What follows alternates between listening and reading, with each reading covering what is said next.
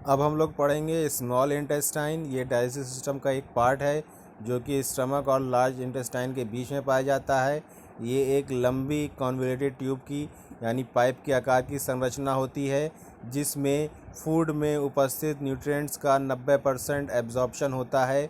ये digestive system में main site है एब्जॉर्प्शन के लिए, यानी जो फूड में न्यूट्रिएंट्स पाए जा रहे हैं वो मुख्यतः इसी में एब्जॉर्ब होते हैं। स्मॉल इंटेस्टाइन की अंदरूनी यानी इंटरनल स्ट्रक्चर में विलाई पाए जाते हैं, फिंगर लाइक टिश्यूज़। फिर उसमें से माइक्रोविलाई निकले होते हैं। ठीक, वो भी एक फिंगर लाइक स्ट्रक्चर होते हैं लेकिन वो उनका साइज़ छोटा होता है। विलाई और माइक्रोविलाई के कारण इंटरनल सरफेस जो होती है स्मॉल इंटेस्टाइन की वो बढ़ जाती है जिससे न्यूट्रिएंट्स का एब्जॉर्प्शन जल्दी होता है। एक वयस्क मनुष्य में 7 मीटर लंबी स्मॉल इंटेस्टाइन होती है, लेकिन ये व्यक्तियों के आधार पर अलग अलग साइज़ की भी हो सकती है। ठीक, इसका डायमीटर 2.5 से 3 सेंटीमीटर का होता है। ये लार्ज इंटेस्टाइन से लंबाई में 4 से 5 गुना होती है, लेकिन इसका डायमीटर लार्ज इंटेस्टाइन से छोटा होता है। अब हम लोग आते हैं स्ट्रक्चर पर। इसके स्ट्रक्चर को 3 भागों में बांटा गया है: ड्यूडेनम, जेजुनम, इलियम। ड्यूडेनम जो वर्ड लिया गया है वो लैटिन भाषा के शब्द ड्यूडेनम डिगिटोरम से लिया गया है, जिसका मतलब होता है कि इंटेस्टाइन जिसको नापने पर वो 12 उंगलियों के बराबर हो। ठीक, ये सबसे इनिशियल और स्मॉलेस्ट पार्ट होता है स्मॉल इंटेस्टाइन का। ये वही पार्ट होता है जो स्टमक से जुड़ा हुआ होता है और मुख्य डाइजेशन और जो एब्जॉर्प्शन होता है वो इसी पार्ट में हो जाता है। ठीक, ये डिवाइड होता है 4 अलग अलग सेक्शन में। ठीक, और ड्यूडेनम जेजुनम से जिस भाग से डिवाइड होती है उस भाग को कहा जाता है डेड्यूनो जेजुनम फ्लेक्सर।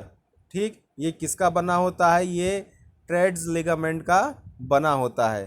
ठीक, अब हम लोग आते हैं जेजुनम पर। जेजुनम क्या है?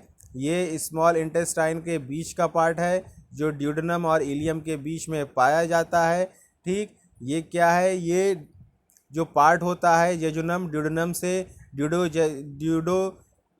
ड्यूडेनोजेजुनम फ्लेक्सर से अलग होता है। ठीक, इसमें एक फोल्ड पाया जाता है जिसको मेसेंट्री फोल्ड कहते हैं।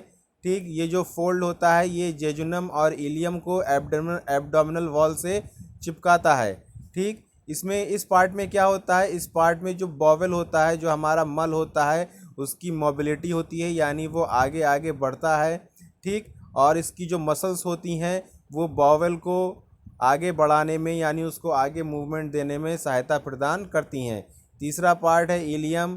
ठीक, ये सबसे आखिर का और एंड पार्ट होता है स्मॉल इंटेस्टाइन का, और इलियम से ही लार्ज इंटेस्टाइन का सीकम पार्ट जुड़ा हुआ होता है। इसका कोई इतना एनाटॉमिकल फंक्शन नहीं है। ठीक है, जो हमारी इलियम होती है इसका जो डायमीटर होता है वो छोटा होता चला जाता है, यानी ड्यूडेनम का डायमीटर बड़ा होगा, जेजुनम का डायमीटर बड़ा होगा, लेकिन इलियम का जो डायमीटर होगा वो छोटा होता चला जाएगा। ठीक, इलियम में ज़्यादा ब्लड वेसल्स नहीं पाई जाती हैं अपेक्षा जेजुनम और ड्यूडेनम के। ठीक, इसमें एक वॉल्व पाया जाता है जिसको इलियोसीकल वॉल्व कहते हैं। ये जो वॉल्व होता है ये इलियम को और सीकम जो लार्ज इंटेस्टाइन का पार्ट है उससे अलग करती हैं। ठीक, अब हम लोग आते हैं स्मॉल इंटेस्टाइन के फंक्शन पर। इसका फंक्शन क्या है? स्मॉल इंटेस्टाइन जो होती है फूड को मूव करा करके लार्ज इंटेस्टाइन में भेजती है।